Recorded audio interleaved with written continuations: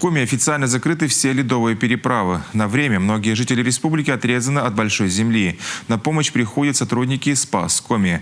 18 апреля из поселка Усть-Илыч Троицко-Печорского района спасатели помогли перебраться на другой берег пожилой женщине. Ей нужно было попасть к врачу. Подобная ситуация произошла 16 апреля и в поселке Шерляга.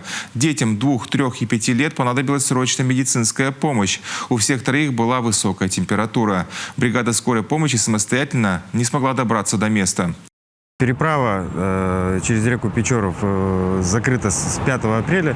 Из-за этого спасателям было принято решение при помощи надувной лодки и гидрокостюмов сухого типа переправить их на левый берег, что и благополучно было сделано. Трудностей серьезных не возникло. Ширина реки в этом месте 450 метров, были небольшие забереги.